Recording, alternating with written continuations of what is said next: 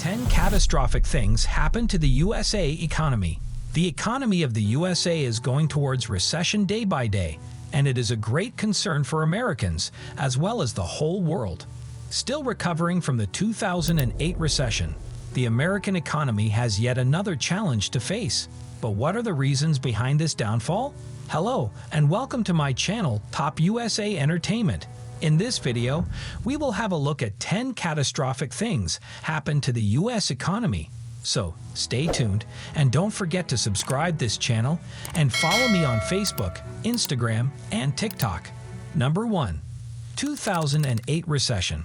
The 2008 financial crisis began with cheap credit and lax lending standards that fueled a housing bubble.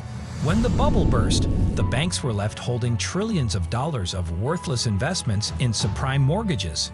The Great Recession that followed cost many their jobs, their savings, and their homes. U.S. economy is still struggling to negate the effects of 2008 recession. Number 2. Unemployment. The unemployment rate in the U.S. was at 3.7% in November 2022, matching market expectations and remaining close to September's 29-month low of 3.5%. The jobless rate has been in a narrow range of 3.5% to 3.7%, suggesting that the tight labor market will likely continue to contribute to inflationary pressure in the world's largest economy for some time to come. The number of unemployed persons rose by 48,000 to 6.01 million in November, while the number of employed decreased by 138,000 to 158.5 million. Number 3. Wars on terror. During the last 10 years, the direct and indirect cost of war on terror incurred by Pakistan amounted to $67.93 billion, or Rs. The events that transpired after 9/11 in Afghanistan worsened the security environment in the country. Oh my God. Number 4. Low birth rate. This trend predicts a persistently lower fertility rate in the U.S., which, absent increased immigration, would lead to a smaller workforce and an older population. In general, a smaller workforce and an aging population would have negative implications for economic productivity and per capita income growth. Number 5. Inequality. Income inequality has risen in every state since the 1970s and in many states is up in the post-Great Recession era. In 24 states, the top 1% captured at least half of all income growth between 2009 and 2013. And in 15 of those states, the top 1% captured all income growth. Number 6. COVID-19. The coronavirus 2019 disease, COVID-19, pandemic has created both a public health crisis and an economic crisis in the United States. The pandemic has disrupted lives, pushed the hospital system to its capacity, and created a global economic slowdown.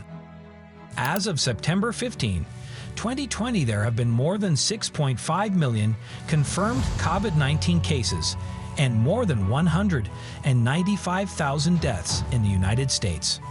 Number 7. Inflation. Inflation raises prices, lowering your purchasing power. Inflation also lowers the values of pensions, savings, and treasury notes. Assets such as real estate and collectibles usually keep up with inflation. Variable interest rates on loans increase during inflation. Number 8. Political instability.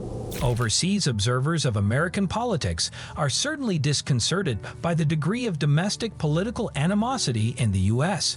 and by the self-inflicted delegitimization of its democratic institutions in the last 2 decades, because investors need a stable political framework to take risks, particularly around intangible investments. Number 9. Massive debts.